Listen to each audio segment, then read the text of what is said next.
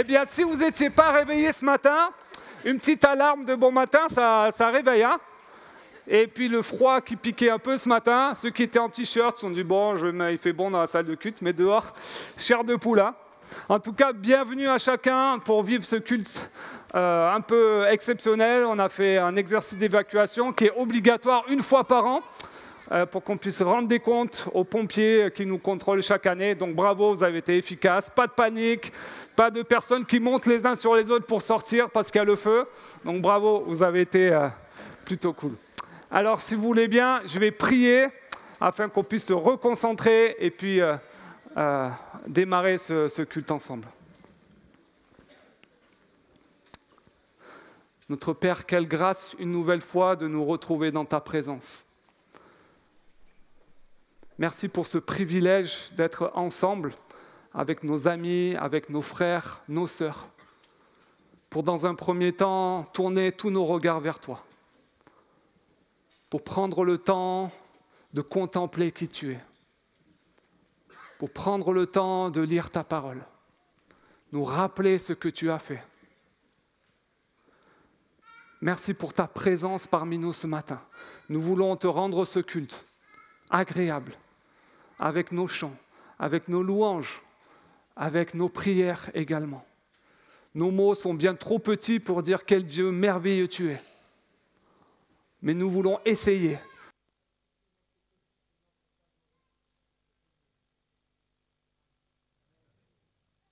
Amen. Vous m'entendez ? Ah, super.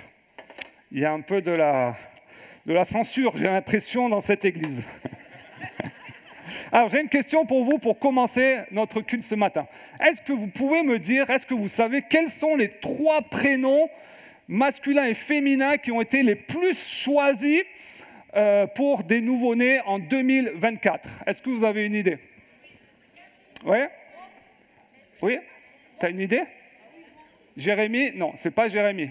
D'autres prénoms ? Gabriel ? Non, il n'y a pas Gabriel. Vous avez des idées ? Alban ? J'ai pas très bien entendu, pardon.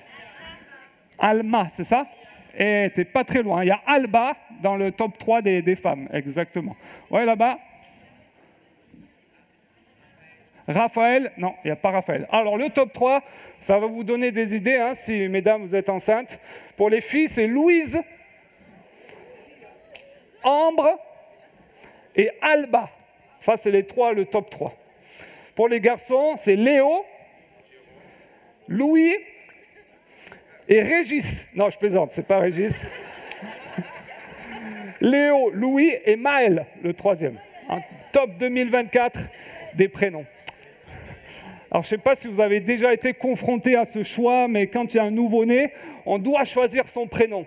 Et bien sûr, souvent, de nos jours, on choisit grâce à la sonorité, parce que ça sonne bien. On connaît quelqu'un de bien qui porte déjà ce prénom. On dit « Ah tiens, j'aimerais qu'il porte ce prénom aussi, parce que ça me fait penser à cette personne-là. » Mais souvent, il y a aussi une signification réelle derrière les prénoms. Est-ce que vous connaissez la signification de votre prénom ? Oui, vous savez ? J'imagine, vous avez tapé Google des fois, que veut dire mon prénom ? Et vous imaginez, avec mon fils hier, on s'est amusé à chercher un peu les significations de tous les prénoms. Eh bien, figurez-vous que quand je suis né, mes parents ont choisi de m'appeler Michael.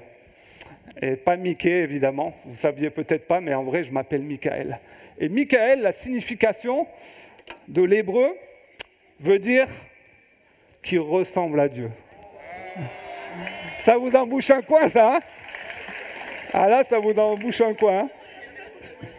C'est la signification littérale, hein ? C'est pas moi. Alors peut-être que mes parents voulaient plutôt insister pour que je ressemble à Dieu, parce qu'il y avait tellement un écart qui était grand, qu'ils se sont dit, tiens, on va choisir ça pour qu'ils tendent vers cela. Et des fois, il y a des significations et des choix qui sont faits dans ce sens-là.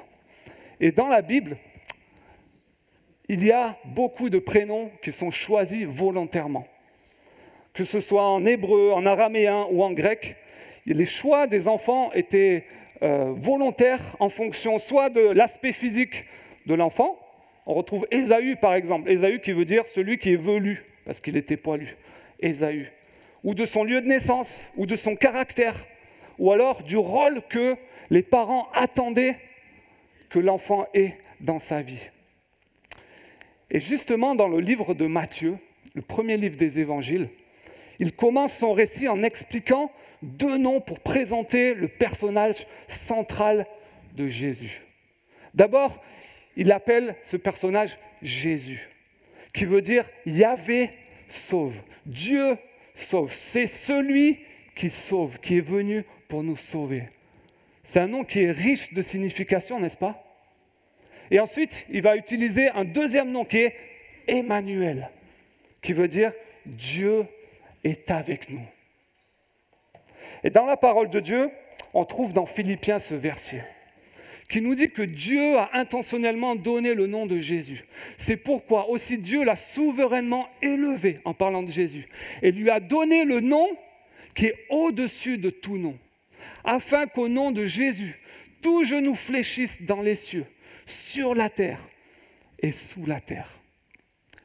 Dieu a donné le nom de Jésus, un nom qui est au-dessus de tout nom. Et on voit dans la parole de Dieu que des péchés sont pardonnés au nom de Jésus, que le salut se trouve dans le nom de Jésus, que des nouveaux chrétiens, des hommes, des femmes, des frères, des sœurs, comme on l'a vécu la semaine dernière, se font baptiser dans le nom de Jésus. Il y a des guérisons, des miracles au nom de Jésus. Et Jésus lui-même va enseigner à ses disciples à prier en son nom. Prier au nom de Jésus. Pourquoi? Parce que ce nom représente quelque chose. Il y a une certaine autorité dans le nom de Jésus.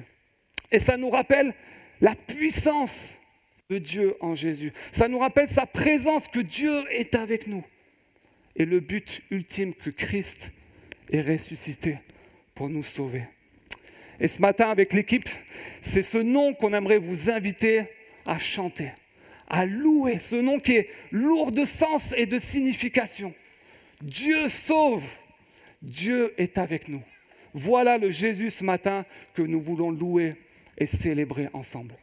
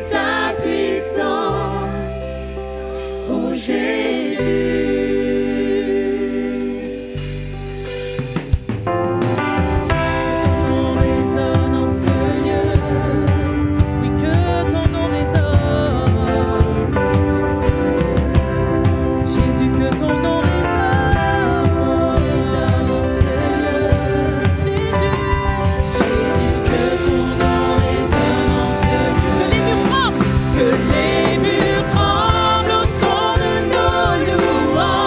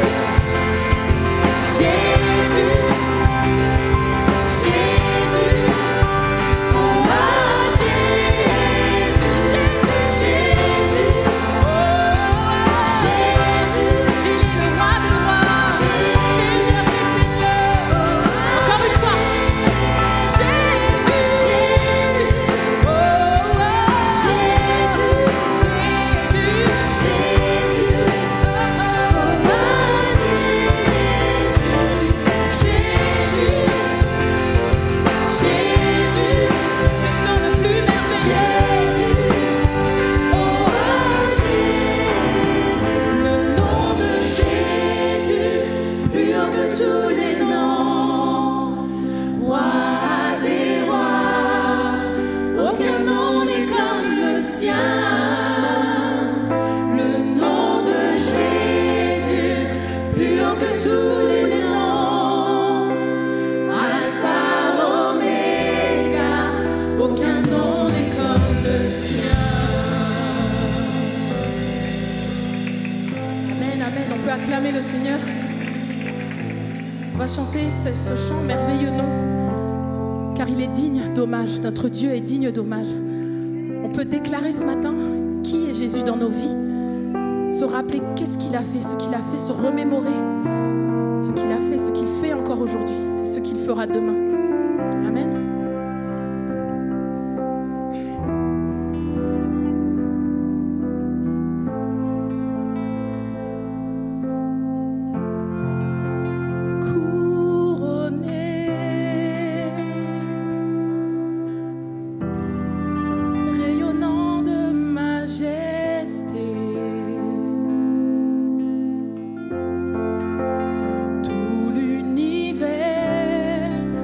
Proclame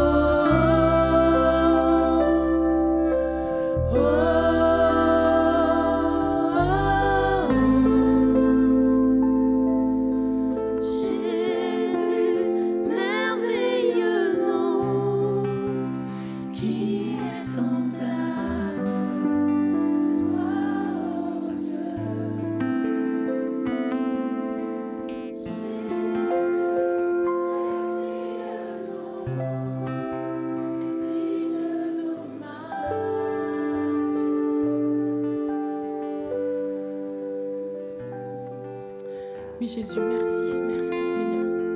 Merci pour qui tu es, pour ce que tu as fait, pour ce que tu fais. Par la foi, je veux croire que tu feras encore, Seigneur. Tu es capable, Seigneur. Tu es capable de grandes choses qui surpassent notre intelligence, notre imagination. Oh Jésus, sois élevé, sois glorifié en ce matin. Prends toute la place, Jésus. Sois le centre, Seigneur. Sois le centre dans nos vies, Seigneur. Sois le centre dans nos familles, Seigneur. Sois le centre dans nos travails, Seigneur. Viens te révéler à nous ce matin. Amen. On peut faire monter des prières.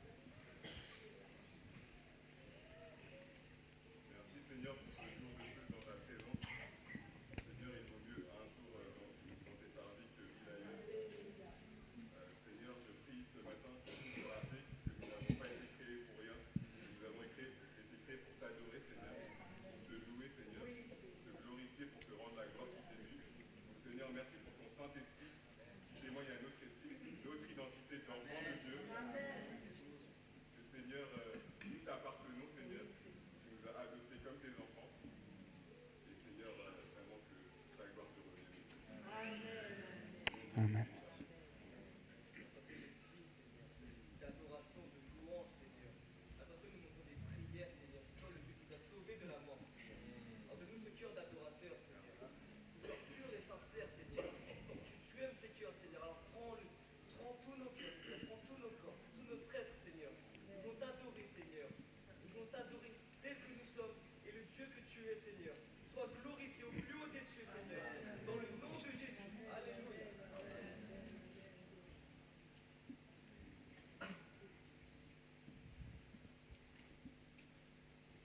Seigneur, d'être ce papa qui nous couvre d'un regard d'amour, qui nous couvre de sa grâce imméritée, Seigneur. Merci pour ma famille en Christ. Merci pour ce temps à part où nous pouvons vraiment te célébrer ensemble d'un même cœur, Seigneur éternel. Merci pour cette liberté que nous avons dans ce pays. Merci pour ton amour. Merci d'étendre vraiment cette grâce au plus grand nombre, Seigneur éternel. Au nom de Jésus. Amen.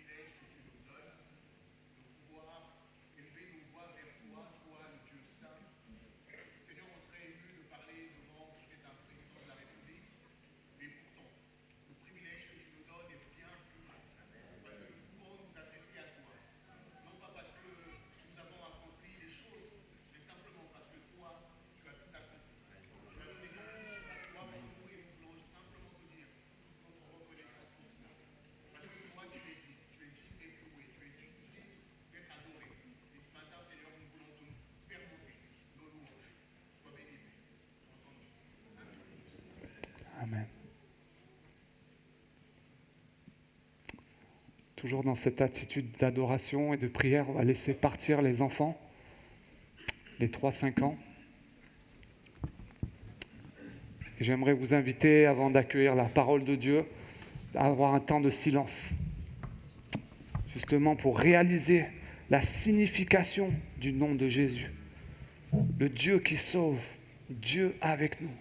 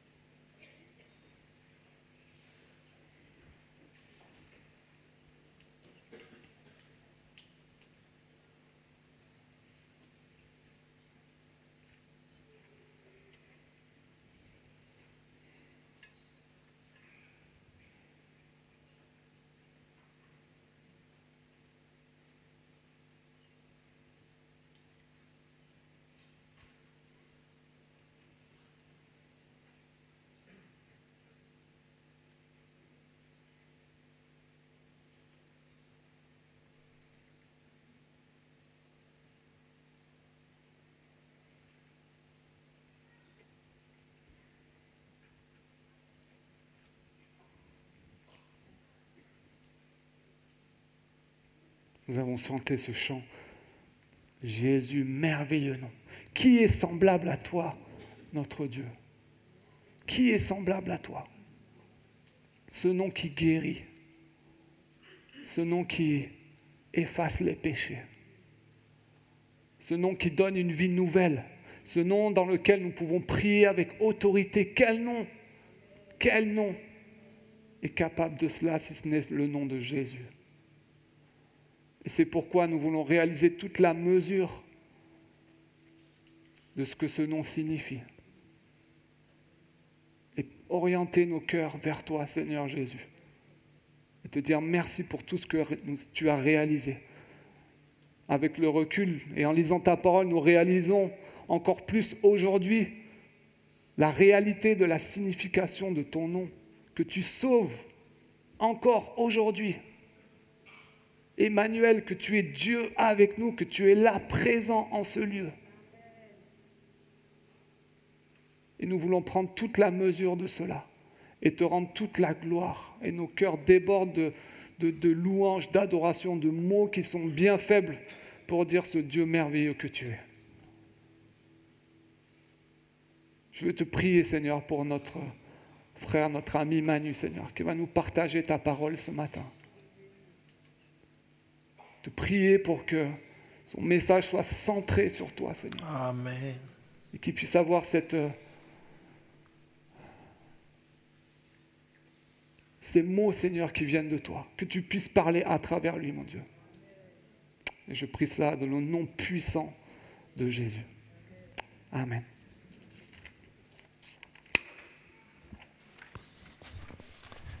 Merci, Mickey. Bonjour à tous. C'est avec un peu d'émotion que je reviens. Hein. C'est une joie, en tout cas une joie profonde et en même temps un privilège. On a nos chers teens. Ils ne parlent pas à cause de moi, rassurez-vous. J'espère pas. Non, ils ont leur temps d'enseignement pour eux aussi. Et merci à toute l'équipe aussi qui enseigne, tous ces collégiens. Vous voyez le nombre qu'ils sont. C'est vraiment remarquable. Mais comme je le disais, c'est une joie. Et vraiment un privilège de pouvoir être à nouveau devant vous, de pouvoir partager la parole de Dieu avec vous ce matin. Et avant de faire ça, je voudrais quand même vraiment vous remercier pour la pause que vous avez bien voulu m'accorder.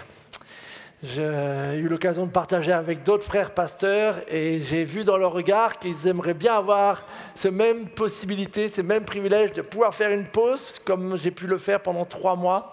Donc un grand merci pour ce temps. Merci aussi d'avoir prié pour moi pour que ce temps soit aussi renouvelant, ressourçant, et il l'a été. Durant ces 3 mois notamment, un des précieux mois a été celui du mois de septembre, où là, j'ai pu être tout seul. Alors, pas que c'était une joie d'être tout seul sans vous, sans ma famille, mais être tout seul avec Dieu, c'est quelque chose. Être tout seul pendant 30 jours et savoir que matin, midi, soir et nuit, vous êtes à son écoute et il veut parler. Et donc, j'aurai certainement au cours des prochains mois l'occasion en tout cas de vous partager quelques-unes de ces bénédictions. Mais en tout cas, voilà, je voulais vraiment vous remercier. Et puis, même si Mickey a magnifiquement prié, j'avoue, je meurs d'envie de prier pour cet instant ensemble. Notre Père céleste, tu as fait de nous tes enfants en Christ ton Fils. Et alors que par ces chants qui ont précédé et tout ce culte qui va suivre, nous tournons les yeux vers toi, nous voulons aussi tourner nos cœurs et nos oreilles vers ta parole. Comme Pierre l'a dit, tu as les paroles de la vie éternelle. À qui irions-nous ? Seigneur, je te prie de tout mon cœur que tu puisses m'accompagner de ton esprit et de ta grâce pour pouvoir rendre hommage à ces paroles, rendre hommage à ta vie et à ton ministère pour que nous puissions en effet, chacun individuellement, mais aussi en tant qu'Église, réaliser qu'en toi, nous avons tout ce dont nous avons besoin. Il ne nous manque rien. Et c'est ma prière que nous puissions mieux te connaître, mieux t'obéir, mieux te suivre, mieux te glorifier. Veuille vraiment prendre toute la place que tu es digne d'avoir dans nos vies, Seigneur. C'est ma prière, vraiment. Je la fais au nom de Jésus, ton Fils. Amen. Si j'ai bien compris, depuis le mois de septembre, vous êtes donc dans cette série ADN autour de nos 8 valeurs en tant qu'Église. Et vous en avez vu déjà un certain nombre d'entre elles. Et voilà, j'espère que vous avez pu saisir, découvrir ou redécouvrir l'importance de chacune d'elles. Et ce matin, je voudrais que vraiment nous puissions réfléchir à la toute première, centrée sur Jésus. Que signifie être une famille, une église centrée sur Jésus? Et peut-être, c'était le cas pour les autres valeurs aussi, et en tout cas pour celle-là, on pourrait se dire, mais ce n'est pas un peu évident vos valeurs? Sur qui d'autre, sur quoi d'autre une église pourrait-elle être centrée? Donc il y a un côté un peu évident et qui pourrait donner l'impression que c'est juste de la redite ou je ne sais quoi. Mais si vous connaissez un peu l'histoire de l'Église, si vous avez déjà eu l'occasion de fréquenter un certain nombre d'églises locales ou de connaître un peu les histoires de l'Église, vous savez très bien que parfois ce qui est évident peut aussi devenir ce qui est le plus facilement et le plus rapidement oublié. Et on pourrait passer du temps à revisiter des périodes de l'histoire de l'Église ou des histoires locales, de moments où malheureusement l'Église n'était pas vraiment centrée sur Jésus. Donc croyez-moi, c'est tout sauf une évidence que nous allons voir ce matin. Il y a une deuxième chose pour nous ce matin, un autre danger qui peut nous guetter. C'est celui de se dire, bon, si je suis dans une église qui est centrée sur Jésus, c'est tout bon pour moi. Je peux me reposer sur mes lauriers, je suis en sécurité. Mais j'espère que nous comprenons tous bien, mes amis, qu'en fait, une église, une famille ne peut être fidèle à la parole de Dieu, ne peut être solidaire dans ses actions, ne peut être sainte dans sa marche, ne peut être centrée sur Jésus qu'uniquement parce que les individus, frères et sœurs que nous sommes nous-mêmes dans nos vies personnelles centrés sur Jésus, fidèles à la parole de Dieu. Le résultat global n'est que le fruit de ce que nous vivons déjà et premièrement dans nos propres vies. Et il en est de même pour cette précieuse valeur. Notre Église, notre famille sera d'autant plus centrée sur Jésus que toi et moi menons réellement des vies centrées sur Jésus. Et donc c'est plutôt cet angle-là que je voudrais prendre. Que signifie une vie personnelle centrée sur Jésus ?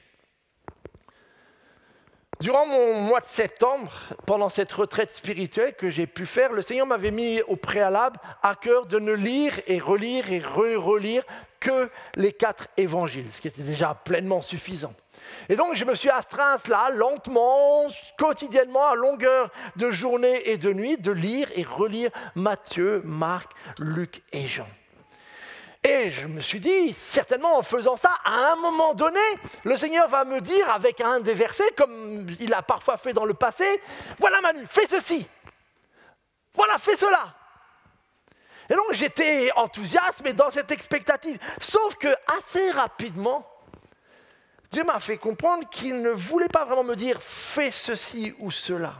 Mais à ma grande surprise, je ressentais que plus je lisais, plus le Père était en train de me dire « arrête et contemple mon fils. Arrête et tourne les yeux vraiment vers lui. Arrête et écoute-le. Regarde parce que Manu, tout ce dont tu as besoin est là, en lui. Nul besoin de lire un autre livre, nul besoin d'entendre une autre prédication de qui que ce soit d'autre, nul besoin d'inventer quoi que ce soit. Contemple Jésus. Et j'avoue que j'ai été émerveillé. Pourtant, ce n'était pas la première fois que je relisais ces évangiles. Mais émerveillé et touché de redécouvrir mon Seigneur, mon Sauveur, mon Maître. Ce mois de septembre a été un recentrage sur Jésus pour lequel je le bénis. Parce que tout ce que j'avais finalement besoin en tant qu'homme, en tant que mari, en tant que père, en tant que frère, en tant que pasteur, était là dans la personne de Jésus. Et du coup, quand l'équipe pastorale m'a dit « Manu, on n'a personne pour le 3 novembre sur le message centré sur Jésus », je n'ai pas eu de mal à dire oui, je prends. Je prends parce que c'est ce qui brûle en moi. Peut-être même si je n'avais pas dû prêcher aujourd'hui sur Centre, mon premier message aurait été centré sur Jésus. Parce que c'est ce qui brûle. Et ma prière, vraiment, c'est que nous puissions individuellement, chacune, que tu sois chrétien depuis des décennies, que tu sois là pour la toute première fois, saisir pourquoi Jésus est réellement digne d'être le centre de toute ta vie. Et je voudrais ce matin juste vous partager brièvement 4 vérités incontournables sur une vie qui sera centrée sur Jésus. La première de ces vérités est la suivante. Une vie centrée sur Jésus, qu'est-ce que cela signifie ? C'est une vie qui va s'enraciner dans la vérité que toi et moi sommes bien-aimés de notre Père Céleste. Individuellement, tu dois t'enraciner dans cette vérité que tu es bien-aimé de ton Père Céleste. Pourquoi je dis cela ? Dans les 4 évangiles, tous ne démarrent pas de la même manière. Certains nous donnent pas mal d'infos sur la vie de Jésus dans son enfance, et notamment les récits de la Nativité. Mais tous, à un moment donné, démarrent tous au même moment avec le baptême de Jésus. Aucun des 4 évangiles ne fait l'impasse sur cet événement, comme un moment déterminant et initiateur du ministère de Jésus-Christ. Or, dans Matthieu, voici ce qui nous est dit sur ce fameux événement. Jésus se rendit en Galilée, auprès de Jean, donc Jean le Baptiste, pas Jean l'apôtre, pour être baptisé par lui. Mais Jean essaya de l'en dissuader. Jésus lui dit, accepte pour le moment qu'il en soit ainsi. Là-dessus, du coup, Jean accepta de le baptiser. Et aussitôt après avoir été baptisé, une voix venant du ciel déclara « Tu es mon fils bien-aimé, tu fais toute ma joie. » Comme le dit ce texte, Jésus n'avait nul besoin d'être baptisé par Jean. Le baptême de Jean était un baptême de repentance, c'est-à-dire un baptême pour les hommes et les femmes qui venaient et qui reconnaissaient leurs fautes, leurs erreurs et qui voulaient changer de vie. Le baptême que nous remémorons régulièrement et encore dimanche dernier. Jésus n'était pas concerné par ce type de démarche. Nul besoin pour lui de se repentir. Pourtant, Jésus choisit et insiste auprès de Jean pour être baptisé. Parce que c'était une manière d'accomplir la volonté du Père, plus précisément de nous rejoindre dans notre réalité d'hommes et de femmes, de s'identifier à nous. Mais au cours de son baptême, il y a eu une parole. Vous avez peut-être remarqué que souvent, lorsqu'on fait des baptêmes, il y a cette tradition de lire un verset pour le baptiser. Un verset choisi par celui qui l'a accompagné, qui le connaît un peu personnellement, et de lui adresser une parole pour l'encourager, une promesse. Et lors du baptême de Jésus, le Père Céleste a fait la même chose. Et la parole qu'il a voulu donner à son Fils avant qu'il ne commence son ministère, avant qu'il ne passe par le désert pour y être tenté pendant 40 jours, était la suivante. Tu es mon Fils bien-aimé. Tu fais toute ma joie. À ce moment-là, Jésus n'a encore rien fait. Accompli aucun miracle, n'a encore jamais enseigné publiquement, on ne sait quasiment rien de lui à part les récits de la nativité. Et pourtant déjà, à ce moment-là, le Père lui dit, tu es mon Fils bien-aimé, tu fais toute ma joie, avant même ce que tu vas faire. Sache-le. Cette parole, mes amis, du Père envers son Fils, plus je la médite, plus je réalise qu'elle est tout sauf anodine. Le Père exprime là pour nous et pour son Fils publiquement son amour, son approbation, son unité avec son Fils. Certainement, nous sommes familiers avec Jean 3,16. Je vous mets juste le début de ce verset. Oui, Dieu a tant aimé le monde qu'il a donné son Fils. Alors peut-être vous ne connaissez pas ces versets-là, mais pour tous ceux d'entre nous, j'imagine une grande majorité, avouons que c'est un verset qu'on a tellement entendu que finalement il nous glisse dessus. Nous ne sommes plus vraiment surpris, étonnés, émerveillés quand nous lisons que le Père nous donne son Fils. Bah oui, c'est écrit. Et on le connaît par cœur, parfois même dans plusieurs langues. J'ai redécouvert un peu ce verset au travers d'une petite situation qui m'est arrivée lorsque je suis allé en 2018 voir ma fille qui était en Côte d'Ivoire. Liliane, à l'époque, bon, elle n'est pas là, donc c'est pour ça que j'ose montrer la photo, mais vous lui dites rien, surtout les jeunes adultes, je compte sur vous. Mais en 2018, elle est allée en Côte d'Ivoire. Passé 3 mois, elle y était déjà allée avant dans un autre voyage, et puis en 2018, elle y a passé 3 mois. Et au mois d'octobre de ces 3 mois où elle était, je suis aussi allé en Côte d'Ivoire avec une équipe de l'église, certains d'entre vous étaient avec moi. Et à ma grande surprise, lorsque j'étais là-bas, il y avait beaucoup de frères et sœurs de Wolo, du village où elle était, qui me remerciaient d'avoir envoyé ma fille. Et j'étais surpris parce que pour moi, c'était sa démarche de jeune fille. Elle voulait faire une année pour le Seigneur et parmi cette année, notamment consacrer un temps à la mission. Mais à plusieurs reprises, des familles étaient contentes qu'en leur envoyant ma fille, je leur témoignais de l'amour. Parce que confier sa fille aînée, ma fille bien-aimée, comme les 2 autres, hein, bien sûr, j'étais en train de leur témoigner de l'amour. Et je suis tout sauf un père parfait. Mais ils le ressentaient comme cela. Mes amis, à votre avis, si le Père aime son Fils au point de lui dire qu'il est son bien-aimé, qu'il fait toute sa joie, et que c'est ce Fils-là qu'il nous donne, à votre avis, à quel point est-ce qu'il nous aime, nous?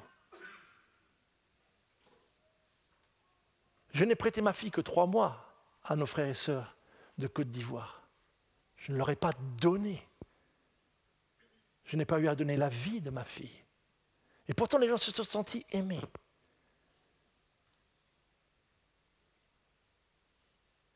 Mes frères et sœurs,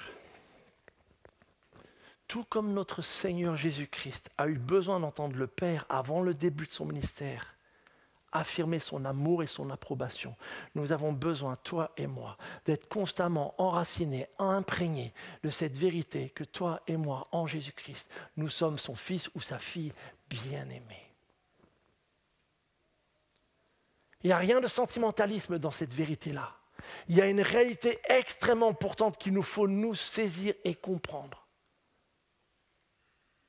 Tu es son fils, un de ses fils. Tu es une de ses filles bien-aimées.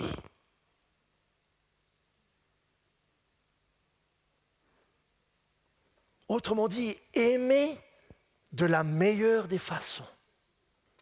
Aimer sans manque, aimer sans condition, sans chantage, sans manipulation. Tu es bien-aimé. Et c'est comme ça que le Père veut que le Fils démarre son ministère. Et probablement que cette parole-là, entendue du Père, lorsqu'il va entrer dans ce temps de 40 jours, où Satan va lui dire, au fait, si tu es le Fils, elle va être la force dont il aura besoin pour puiser son identité et sa sécurité. Et voilà où je veux en venir avec cette première vérité pour être centré sur Jésus.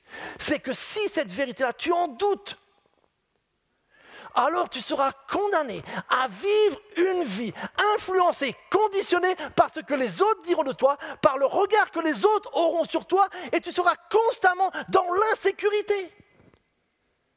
Tu seras constamment dans le doute de ta valeur. Tu seras constamment à essayer de vouloir gagner l'amour, l'approbation de je ne sais qui, de qui que ce soit. Et ce n'est pas une vie centrée sur Jésus. Une vie centrée sur notre Seigneur Jésus commence par le fait de m'asseoir sur cette vérité et de fonder ma vie sur le fait que nul ne m'aime aussi bien que le Père Céleste en Jésus-Christ. Vous comprenez pourquoi ce n'est pas juste des évidences? Parce que je pourrais vous parler de plein de moments de ma vie où le fait de perdre de vue cette vérité nous fait faire n'importe quoi. Nous fait donner de l'importance à des personnes dans nos vies qui ne devraient pas en avoir. Nous fait poursuivre des objectifs dans nos vies que nous ne devrions même pas penser à poursuivre. Mais parce que nous oublions cette vérité, comme des marionnettes, nous suivons tête baissée. Il n'y a rien de si évident dans cela. Quelqu'un a dit que le génie, c'est creuser ce qui est évident. Alors je t'en supplie, grave cette vérité dans ton cœur. Affiche-la où tu veux, dans les murs de ta maison, sur ton téléphone, je ne sais où. Répète-la toi. Je le redis, ce n'est pas du sentimentalisme. Il s'agit de s'enraciner dans ce qui est vrai et dans ce qui est réel. Le Père qui a donné son Fils et qui a dit « celui-ci fait toute ma joie » et qui nous dit qu'il nous aime en nous donnant son Fils, veut aussi que nous sachions que toi et moi, nous sommes ses fils et ses filles bien-aimés. Je ne connais aucun autre fondement sur lequel bâtir une vie qui soit stable et solide. C'est mon point de départ. Ça ne s'arrête pas là. Une deuxième vérité extrêmement importante pour une vie centrée sur Jésus, elle se développe.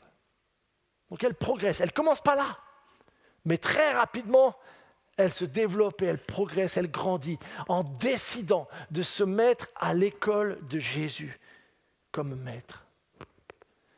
Plus je vieillis, j'ai passé la barre des 50 ans, donc je commence à réaliser que voilà, ça penche plus de l'autre côté que du côté jeunesse. Mais plus je vieillis, plus je suis convaincu que dans cette fameuse promesse de notre Seigneur Jésus se cache une des vérités les plus importantes pour notre génération. Je n'exagère rien en disant cela, j'en suis convaincu. Vous connaissez tous ce verset, Matthieu 11, verset 28-29. Venez à moi, vous tous qui êtes accablés. L'une des invitations les plus connues du Seigneur, dont on fait des cartes postales, des versets qu'on partage à des amis. Sous le poids d'un lourd fardeau, et je vous donnerai du repos. Qui a besoin de repos ce matin? Voilà l'invitation. Mais attention, nous devons prendre toutes les invitations de Jésus dans leur intégralité. Prenez mon joug sur vous et mettez-vous à mon école. Car je suis doux et humble de cœur et vous trouverez le repos pour vous-même. Autrement dit, Jésus est en train de dire la même chose dans le verset 28 et dans le verset 29. Mais volontairement, j'ai mis en évidence cette invitation de Jésus de se mettre à son école. Pourquoi cela? Mes amis, pour tout un ensemble de bonnes raisons. Nos églises évangéliques, elles sont connues sur le fait d'inviter les gens à accepter Jésus comme sauveur, à faire la prière de conversion ou de nouvelle naissance, à le recevoir dans notre cœur, etc. Et à faire tout cela.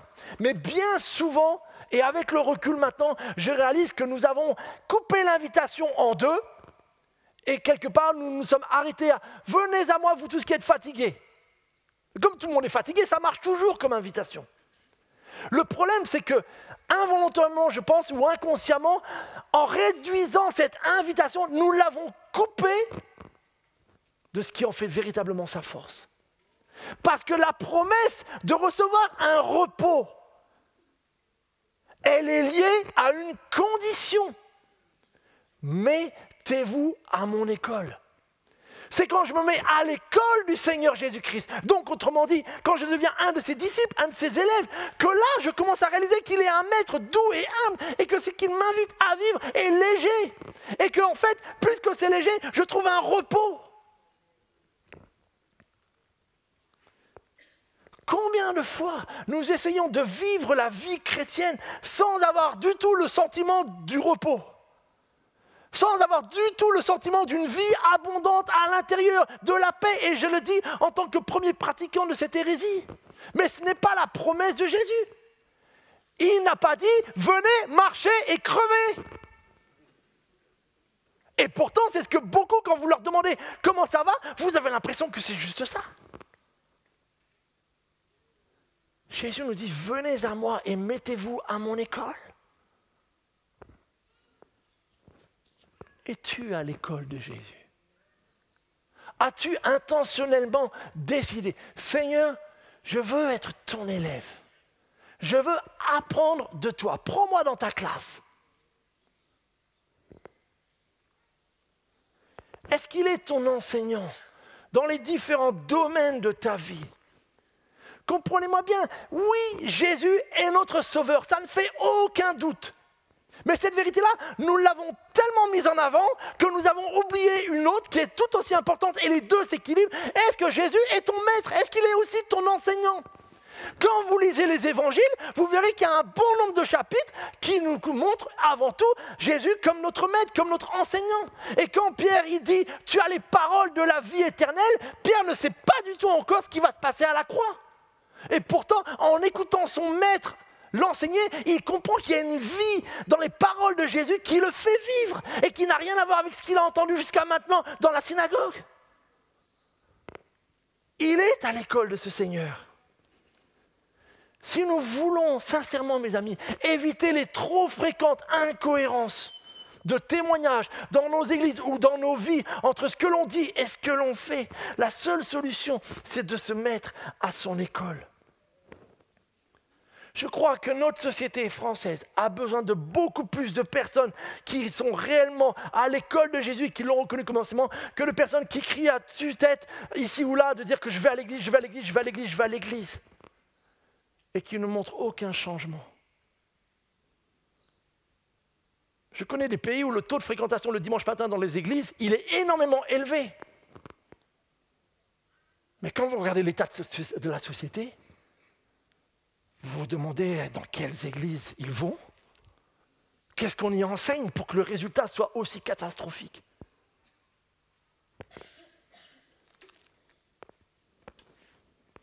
Le but de se mettre à l'école, le Seigneur l'a dit. Regardez ce verset de Luc 6, 40. J'ai été choqué un jour lorsque j'avais découvert ce verset-là. Je passais dessus sans le réaliser. Le disciple n'est pas plus grand que celui qui l'enseigne. Ça, on est tous d'accord. Mais ce que dit Jésus juste après, mais tout disciple bien formé, bien enseigné, ça prend du temps, sera comme son maître. Il semble que le Seigneur Jésus ait pour projet pour toi et pour moi qu'en nous formant à son école, nous puissions apprendre de plus en plus à réagir comme lui, à penser comme lui, à prier comme lui, à pardonner nos ennemis comme lui, à être prêt à renoncer à nous-mêmes comme lui, etc. C'est son intention, mes amis.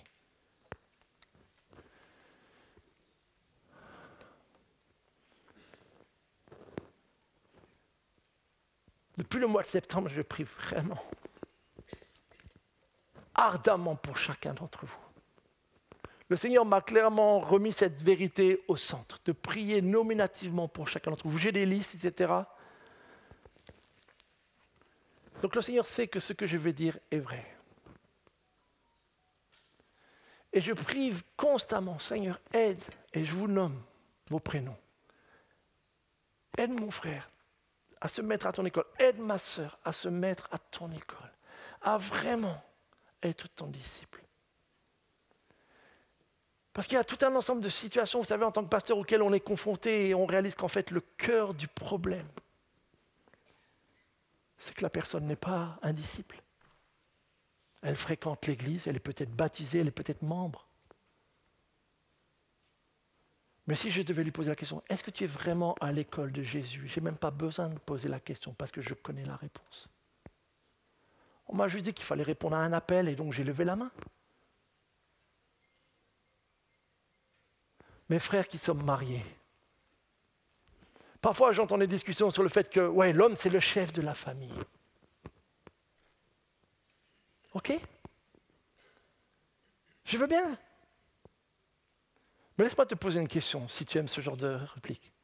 Est-ce que tu es un chef de famille à l'école de Jésus?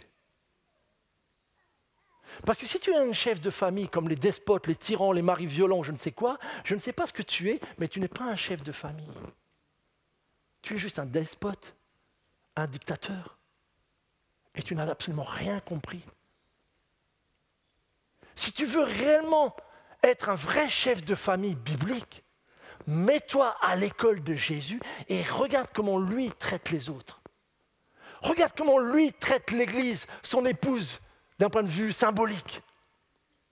Et là, tu pourras vraiment te dire, ok, c'est comme ça que je dois moi aussi agir vis-à-vis de une seule et unique personne, l'épouse que Dieu m'a confiée.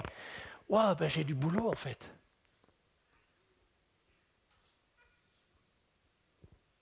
Et tu es à l'école de Jésus dans tes pensées, dans ta manière de regarder ceux du sexe opposé. Parce que cela s'apprend. Et tu es à l'école de Jésus dans le gestement de ta langue et de tes paroles. C'est l'une des écoles les plus difficiles. Croyez-moi, j'y suis encore à celle-là pour un bout de temps. Mais j'y travaille. Parce que je sais que seul Jésus peut m'apprendre vraiment, en tant qu'homme bavard et latino, à pouvoir arriver à mieux utiliser mes paroles. Et tu es à l'école de Jésus dans la gestion de tes finances, de ton temps libre. Jésus est ton maître. Et il ne demande qu'à t'enseigner.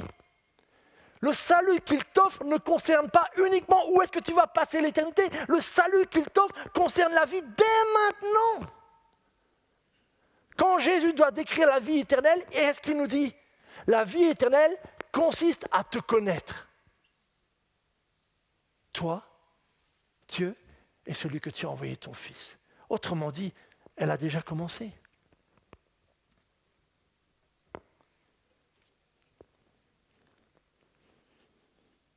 Demandons-lui de nous enseigner sans cesse. Et s'il y a un domaine où tu sens que tu as une marge de progression, simplement, Seigneur, dans ce domaine-là, il faut vraiment que je me mette à ton école. Ça va prendre du temps. Mais à l'école de Jésus, tout devient possible avec lui comme maître. C'est ma prière, mes amis, que nous puissions être réellement authentiques dans ce domaine-là et apprendre de lui sans cesse. Il est le meilleur des professeurs. Il est le prof que nous aurions tous voulu avoir. Et il est vivant pour nous enseigner.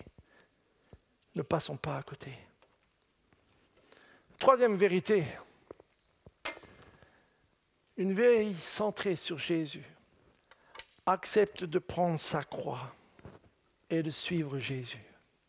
Vous connaissez peut-être ce verset dans Marc 8, 34. On le retrouve dans les 4 évangiles formulés avec des nuances. Jésus appela la foule et ses disciples. Et il leur dit, si quelqu'un veut me suivre, donc être à mon école, être mon disciple, si quelqu'un veut me suivre, qu'il renonce à lui-même, qu'il se charge de sa croix et qu'il me suive. Je pense que c'est certainement un des enseignements de notre Seigneur Jésus les plus mal compris et du coup les moins bien enseignés. Pourtant, lorsqu'on lit les 4 évangiles, Il est impossible de passer au-dessus de cette vérité. Elle est là, omniprésente, et elle est répétée de bien des manières.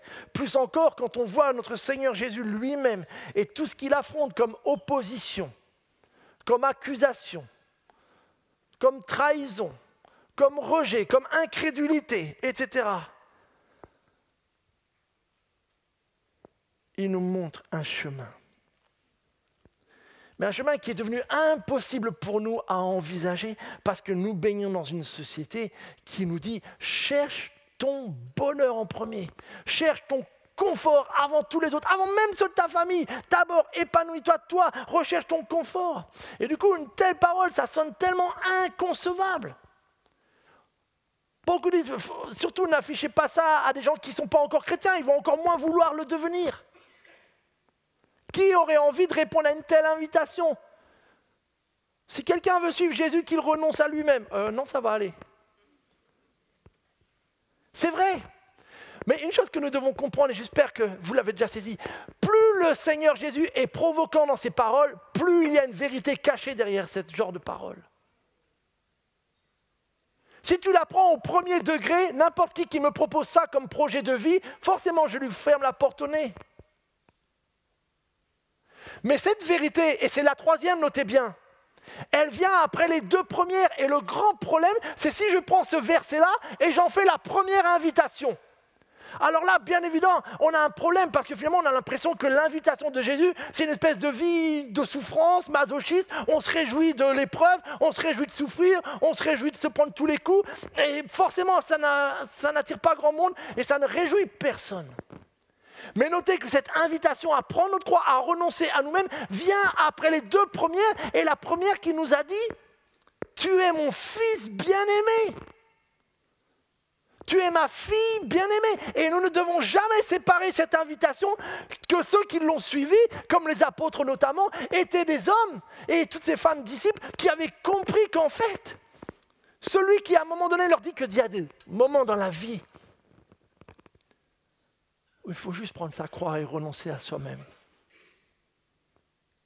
Est aussi quelqu'un qui nous dit « Tu es mon fils bien-aimé. Tu fais toute ma joie. » Il nous faut clairement maintenir ces ensembles de vérités côte à côte pour du coup comprendre qu'est-ce qui est derrière cette idée. Qu'est-ce que Jésus a bien voulu dire par une telle parole? Et en fait, très souvent, lorsqu'il va illustrer cela, il va l'illustrer avec une image de la nature que nous connaissons tous, mais auquel on est tellement habitué qu'on ne voit pas le lien entre les deux. C'est celle d'une graine. Dans la main de la personne en haut à gauche, vous avez une graine de séquoia. Et comme chacun sait, les séquoias sont les plus grands arbres sur la terre.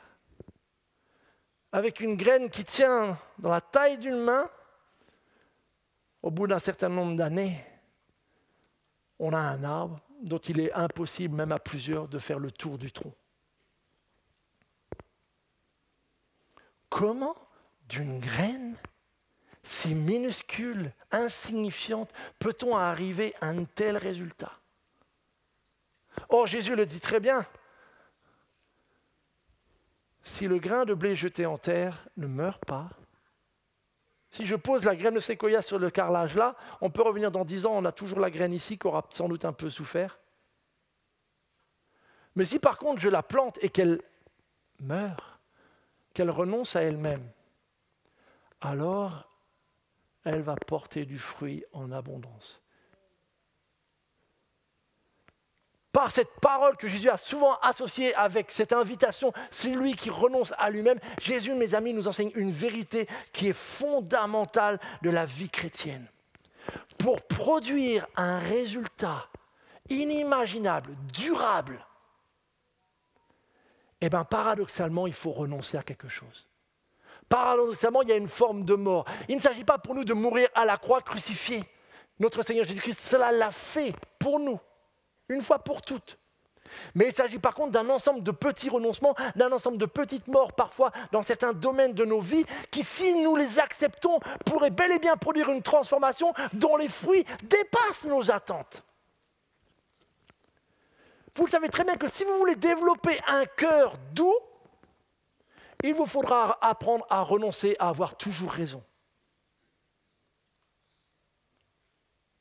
Si vous aimez avoir toujours raison, ne vous étonnez pas que les gens vous fuient. Il vous faudra apprendre à renoncer à cela. Si vous voulez être connu pour une personne généreuse, il vous faudra renoncer à vous acheter tout ce qui vous fait plaisir chaque fois que vous en avez envie, quand vous voulez. Si vous voulez avoir une foi profonde qui déplace les montagnes, il vous faudra certainement apprendre à passer par des moments où vous ne comprenez pas ce que Dieu fait. Mais vous continuez à lui faire confiance.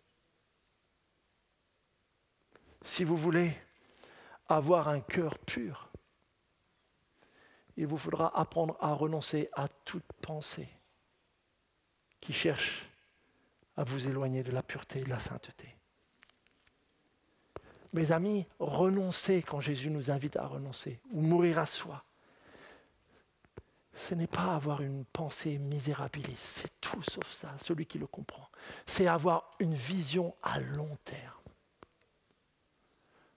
Une autre illustration que j'ai déjà utilisée bien souvent dans l'église, n'importe quel d'entre vous, on pourrait demander à tous nos musiciens, croyez-vous que l'un d'entre eux s'est mis à la musique il y a une semaine? Forcément non. Parce que pour arriver à maîtriser un instrument, à maîtriser une voix, il leur a fallu apprendre.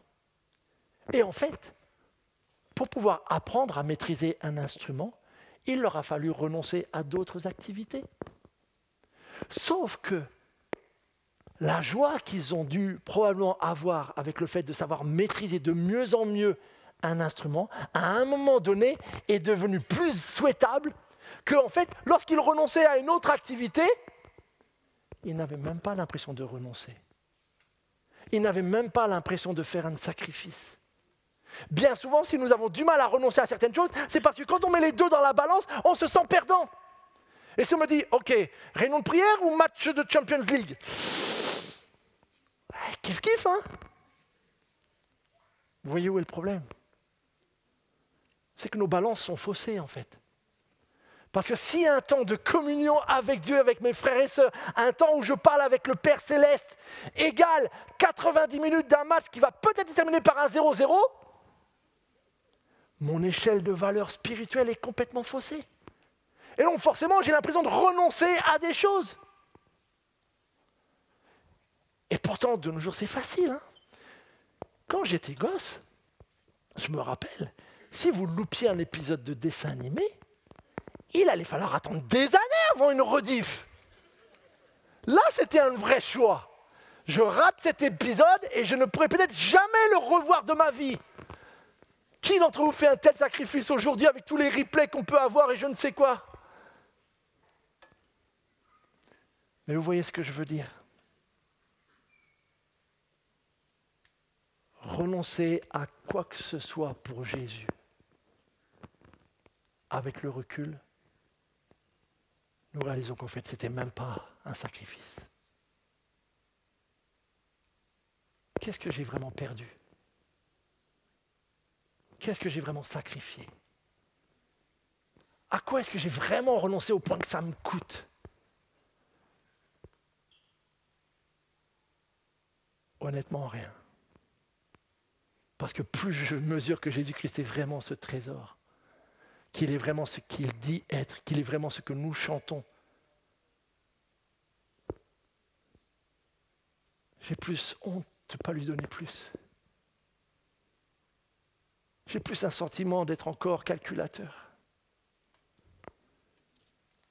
Oh mes amis, finalement, une vie centrée sur Jésus, inévitablement, j'aurais dû rajouter, porte beaucoup de fruits. Je dis inévitablement parce qu'en fait, celle-ci, c'est quelque part celle dont on a le moins à se préoccuper. Ma petite femme qui, comme vous savez, a la main verte et adore jardiner, elle ne se préoccupe pas tellement de la partie production de fruits. Parce qu'elle sait que si elle a bien fait sa part, au moment, bien planté, bien arrosé, vérifier qu'il y a la quantité de choses, d'engrais, etc. et tout, le reste, la nature en prend soin. Et il en est de même, mes amis, spirituellement. si je m'enracine dans le fait que je suis un enfant bien-aimé du Seigneur, si intentionnellement je me mets à son école pour qu'il m'enseigne et m'apprenne peu à peu à marcher avec lui, et si lorsqu'il me suit, j'accepte par moments de dire « Ok Seigneur, ce n'est pas le chemin que j'aurais préféré, mais je vais te faire confiance et je renonce à moi-même. Je cesse de me préoccuper de ma vie d'abord et je me préoccupe de ton royaume en premier. » Et bien tout d'un coup, un ensemble de fruits que je n'avais pas imaginés jaillissent, produisent. Vous savez, beaucoup de frères me disent « Ah, Ponto, l'église est grande. » Il y a 15 ans, c'était une préoccupation pour moi. Je savais que j'allais devoir prendre la relève de Christ, je savais qu'il allait falloir des choses. Donc quelque part, oui, que l'église continue à grandir, inconsciemment, c'était une préoccupation. Je faisais des choix en fonction de ça. Et au fil de ces dernières années, j'ai arrêté complètement cela. Et aujourd'hui, ce n'est plus du tout ma préoccupation. Aujourd'hui, en fait, j'ai l'impression d'être spectateur de ce que Dieu fait. En fait, c'est bizarre, je devrais peut-être plus souvent partir, mais moins j'en fais avec mon énergie à moi, plus il se passe de belles choses dont je ne peux que remercier Dieu. Les personnes qui se baptisent dimanche après dimanche lors de nos cultes de baptême, vous et moi, nous sommes juste les spectateurs de sa grâce. Qu'avons-nous fait? Il nous a utilisés les uns les autres à des moments donnés. Mais qui pourrait dire, c'est quand même grâce à moi? Personne. Et encore moins nous les pasteurs. Et ce que je vous dis est vrai dans tous les autres ministères. Si nous mettons réellement notre énergie là où nous avons un rôle, être enraciné comme un enfant bien-aimé, me mettre à son école, prendre ma croix quand c'est le moment de prendre cette croix, le reste va couler de source. C'est ce que le Seigneur redit dans le verset, je vous le remets. Mais s'il meurt, donc renonce à lui-même, il porte du fruit en abondance.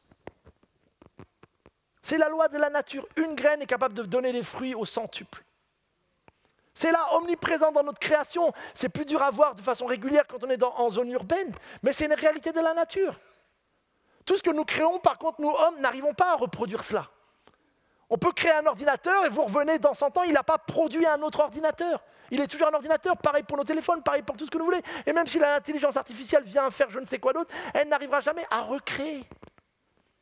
Tout ce que Dieu fait arrive à se multiplier. Parce qu'il y a dedans, dès le départ, la capacité à produire du fruit. Regardez ce qui est dit à la fin de l'évangile de Jean, et je vais finir avec ça. Jésus a accompli, c'est le dernier verset de l'évangile de Jean. Jésus a accompli encore bien d'autres choses. On est après sa résurrection. Et si on voulait les raconter une à une, je pense que le monde entier ne suffirait pas pour contenir les livres qu'il faudrait écrire. C'est troublant ce verset-là et ça m'a rechoqué parce que quand j'ai terminé les 4 évangiles, une des choses qui m'a un peu frustré, c'est pas le mot, mais je me dis maintenant que le Seigneur est ressuscité, j'ai hâte de voir, on a envie presque que l'histoire continue. Maintenant qu'il est ressuscité, il peut aller voir Pilate, il peut aller voir les centurions romains qui disent non, en fait, ils ont fait un échange de corps. Enfin, le Seigneur aurait pu continuer à faire un ensemble de choses pour en mettre plein la vue à plein de gens. Et pourtant, ma mission est accomplie. Je retourne auprès du Père, mais en vous, je porte du fruit en abondance. Les disciples, tous ces premiers chrétiens, vont en fait. Et donc, quand le Seigneur Jésus est en train de dire, si on voulait les raconter une à une, je pense que le monde entier ne suffirait pas pour contenir les livres qu'il faudrait écrire. De qui est-il en train de parler?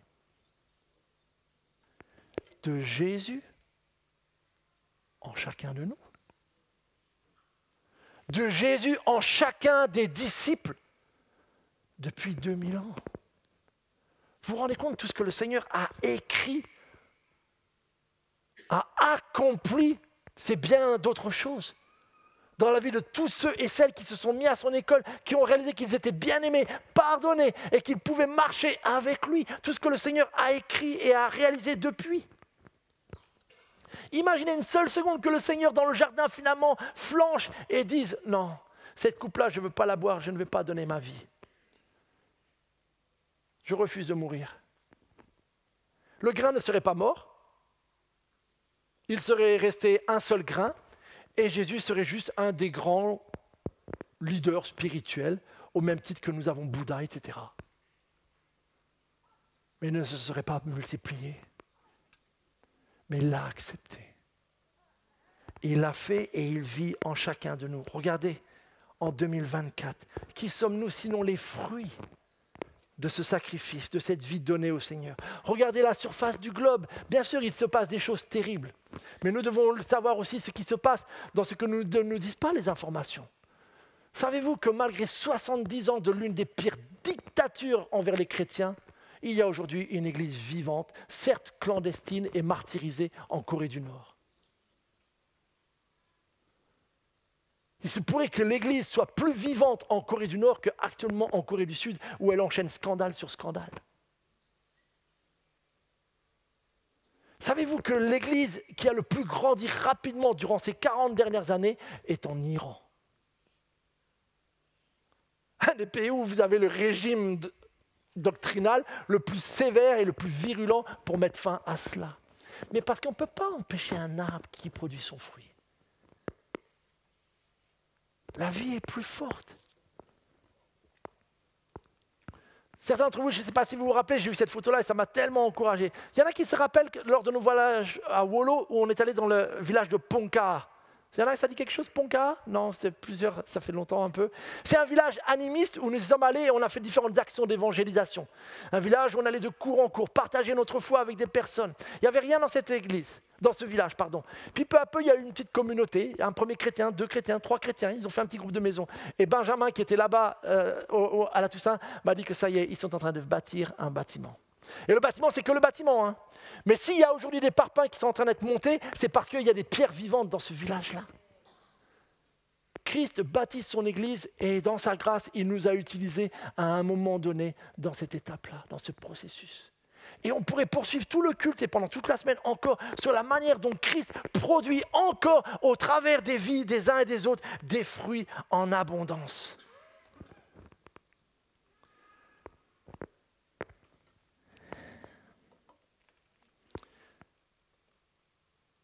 Est-ce que ta vie produit du fruit? Est-ce que ceux qui sont autour de toi ont la joie de goûter aux fruits de l'esprit, produits par le fait qu'un Jésus qui est amour, paix, joie, patience, bonté, fidélité, amabilité, douceur et maîtrise de soi, se transmet aussi dans ton caractère et dans ton être? Est-ce que tes collègues au travail disent « J'aime tellement travailler avec cette sœur ou ce frère, enfin ce collègue, je me sens bien ». Est-ce que vos enfants voient les fruits? Je ne parle pas de perfection. Aucun d'entre nous n'est parfait. Mais les fruits, ça prend du temps pour jaillir, mais ça montre qu'il y a un changement, qu'il y a une transformation. Et donc, ce n'est pas tellement est-ce que papa est parfait, mais tiens, on dirait que papa est plus patient, qu'il est plus doux, etc. Ou que maman est plus en paix, est plus joyeuse, etc. Mes frères et sœurs, si nous voulons que notre Église demeure une Église, une famille centrée sur Jésus, cela sous-entend que ta vie, ma vie, doit aussi l'être de plus en plus. Et on sait qu'il y a plein de choses qui peuvent nous faire dévier, d'où le fait de recentrer régulièrement et de prendre le temps pour cela. Et du coup, je vous remets juste les 4 idées, il y en aurait tant d'autres qu'on aurait pu ajouter. Mais en tout cas, c'est les 4 qui me tenaient le plus à cœur. Et comme je le dis, elles sont inséparables. Elles s'auto-alimentent les unes les autres. Mais j'ai juste une question pour terminer. Dans ces 4, laquelle résonne le plus en toi en ce moment, comme peut-être celle où tu devrais développer? As-tu besoin de davantage t'enraciner dans le fait d'être un enfant, un fils, une fille bien-aimée? Et puiser ton identité, ta sécurité en cette vérité? Ou bien est-ce le défi de se mettre à l'école, dans un domaine particulier, et de laisser vraiment le Seigneur, ok Jésus, ce domaine-là, il faut vraiment que tu m'enseignes parce que j'ai tout faux. Ou en ce moment, une croix à porter, un renoncement, ou un appel à porter du fruit.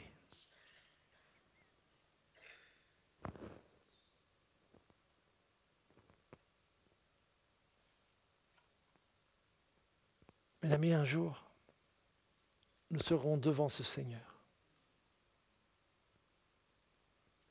Et je me réjouis d'avance.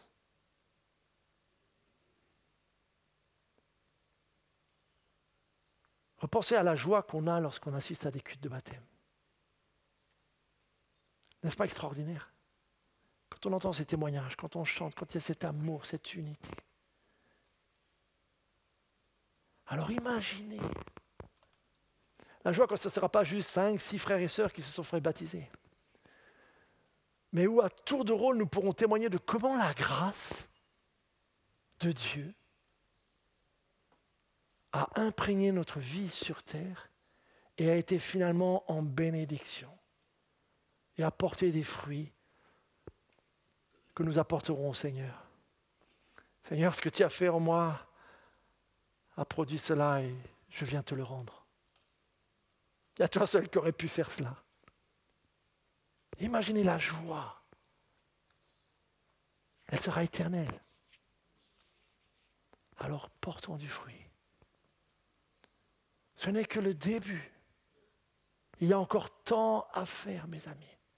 Tant d'hommes et de femmes qui ne connaissent pas ce Seigneur Jésus ou qui ont entendu tellement de choses fausses ou bizarres sur lui que ce nom de Jésus pour eux n'évoque rien.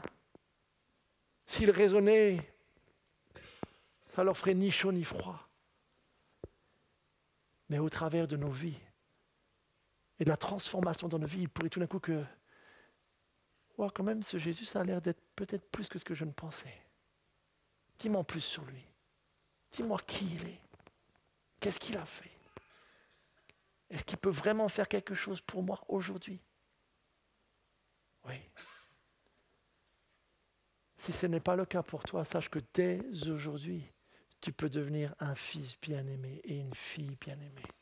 Commence par le commencement et accepte de savoir que le Père céleste en Jésus-Christ t'aime d'un amour parfait. Notre Dieu, notre Père, à nouveau nous nous tournons vers toi et avant de chanter, de continuer à te glorifier et de nous remémorer ce que tu as fait pour nous à la croix, nous venons te rendre la gloire pour ton amour extraordinaire. Ô Jésus, nous te demandons vraiment ton soutien, Seigneur, pour pouvoir nous aider à nous enraciner dans cet amour parfait. Aide-nous, Seigneur, à nous mettre à ton école, Seigneur, à être des disciples qui se laissent enseigner, façonner, à être persévérants, Seigneur.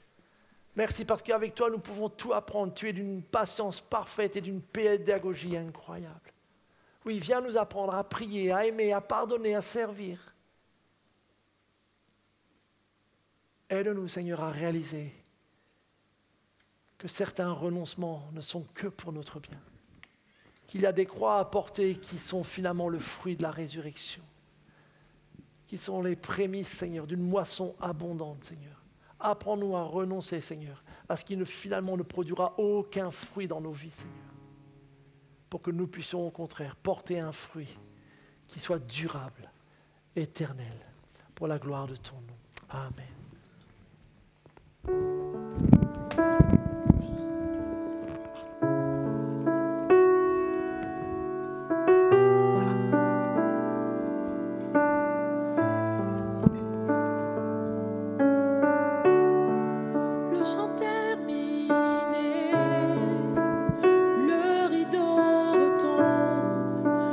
Simplement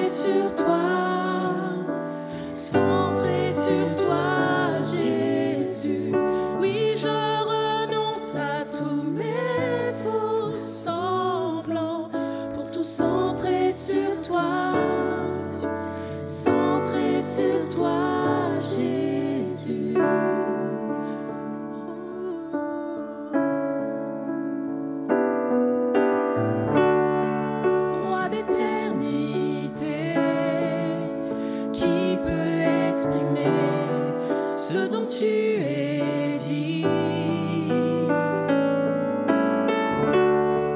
Bien que faible et pauvre, je te donne tout. Prends toute ma vie. J'apporte plus qu'un beau chant. Chanter ne suffit pas pour répondre à ton appel. Les apparences sont trompeuses. Tu vois bien au-delà, au-dessus du son de mon cœur. Je reviens au cœur de la louange.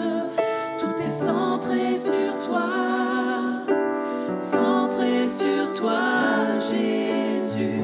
Oui, je renonce à tous mes faux semblants pour tout centrer sur toi, centré sur toi, Jésus. Pour tout centrer sur toi, centré sur toi, centré sur toi, Jésus. Pour tout centrer sur toi, centré sur toi,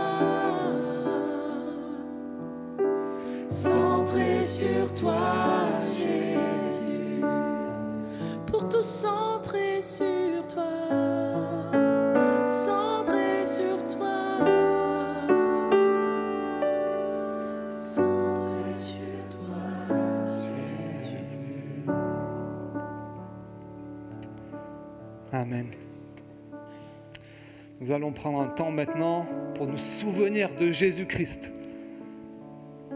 avec ce repas du Seigneur et les éléments du pain qui représentent le corps du Christ et le jus de raisin qui représente le sang de notre Seigneur Jésus-Christ, sacrifié à la croix pour nous. Le livre des Actes nous rappelle que c'est en lui seul que se trouve le salut. Dans le monde entier, Dieu n'a jamais donné le nom d'aucun autre homme par lequel nous devions être sauvés. Alors si c'est votre cas ce matin, si tu as placé toute ta confiance, tu t'es mis à l'école de notre Dieu, de notre Seigneur Jésus-Christ, si tu l'as manifesté par le baptême,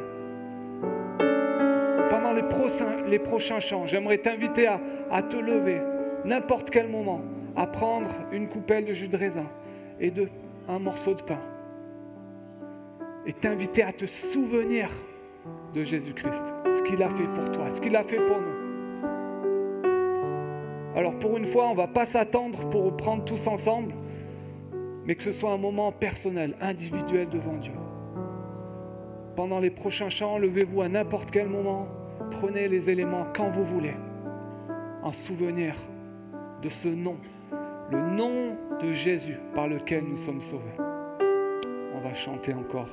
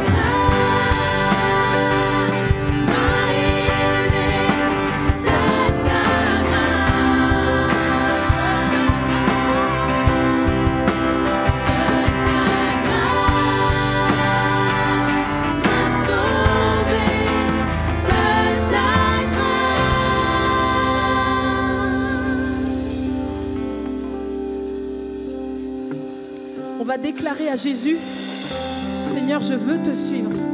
Je veux t'aimer plus que ma vie, dans les hauts, dans les bas, dans les peurs, dans les joies. On veut déclarer, Jésus, je te suivrai.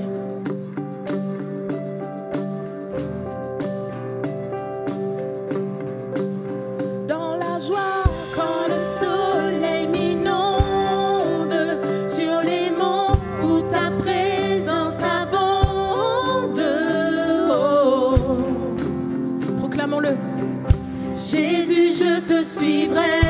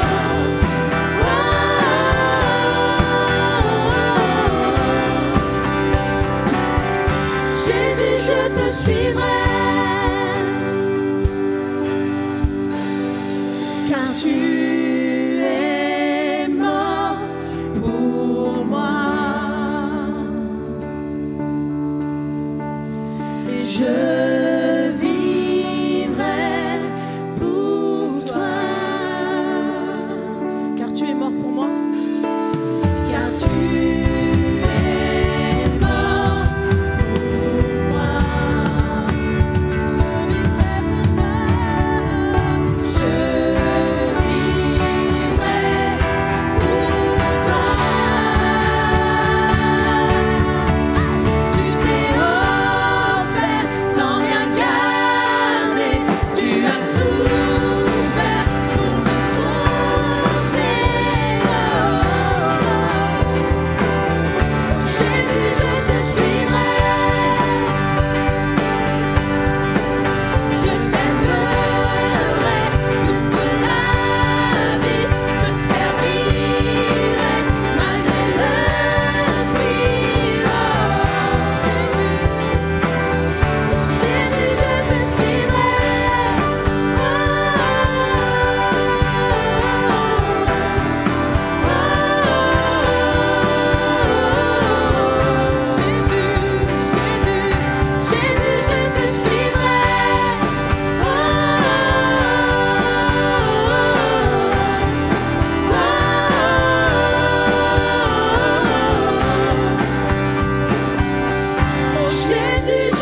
suivrai.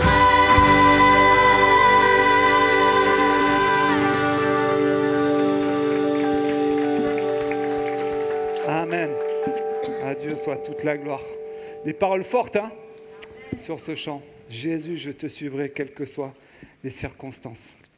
Alors on va terminer ce culte centré sur Jésus avec des annonces qui concernent la vie de notre Église.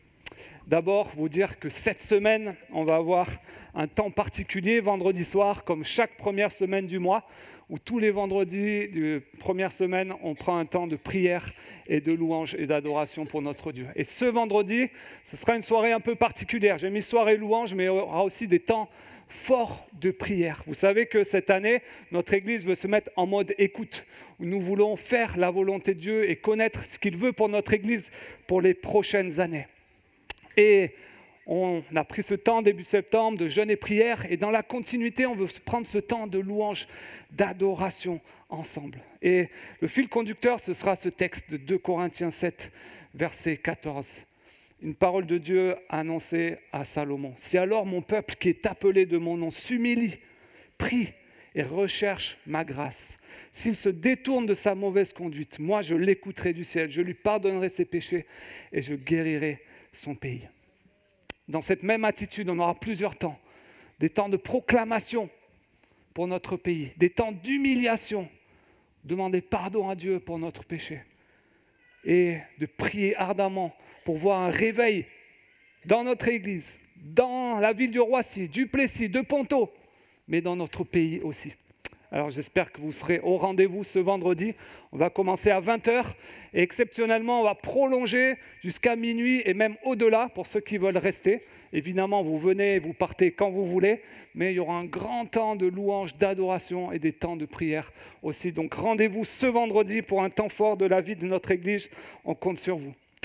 Un peu plus loin, donc samedi, dans 2 semaines, le 16 novembre, il y aura une soirée spéciale organisée par nos teens, nos collégiens, intitulée Stars of God, pour inviter tous les amis qu'ils ont du collège, les amis des voisins, etc., avec des temps de chant, de collation, des surprises, un partage chrétien, des jeux aussi. C'est toujours un super moment pour nos jeunes d'inviter leurs amis. Donc prions pour eux aussi, pour cet événement, que cet événement puisse être centré sur Jésus également. J'aimerais vous rappeler aussi que tous les dimanches, nous avons une équipe solidarité qui se met à notre disposition avec la Family Fripe. Nous avons une fripe avec plein de vêtements de 0 jusqu'à, je crois, 12 ans, quelque chose comme ça. Donc, il se trouve dans le hall de la crèche, il y a un petit escalier, vous pouvez monter et bénéficier gratuitement de plein de vêtements. Donc vous pouvez en amener, les donner, mais aussi en prendre pour vous. C'est vraiment pour que ce soit au bénéfice de notre Église. Donc n'oubliez pas de profiter chaque dimanche du Family Fripe. On a aussi un container à l'extérieur. Si vous voulez donner des vêtements pour une association, vous pouvez les mettre, les déposer chaque dimanche dans ce container au bout de notre Église. Et puis, dernière annonce, vous informez aussi que nous avons dans notre Église une newsletter. Si vous ne la recevez pas encore, elle s'appelle le Famille Hebdo. Et si vous voulez la recevoir chaque semaine, il vous suffit d'aller sur notre site internet. Tout en bas, sur la page d'accueil, il y a un onglet newsletter. Vous cliquez dessus, vous rentrez vos coordonnées et vous serez intégré directement à la newsletter pour recevoir toutes les activités, les informations sur la vie de notre Église. Donc, n'y manquez pas, inscrivez-vous à la newsletter. Une famille hebdo. Voilà les amis, on était super contents de passer ce temps de culte avec vous. Je vous rappelle aussi que vous pouvez déposer vos offrandes dans les urnes ou le faire en ligne directement. On vous souhaite une bonne semaine de rentrée et bonne semaine à chacun. Et donc on se retrouve vendredi soir à 20h pour louer, adorer et prier notre Dieu ensemble. Bon dimanche.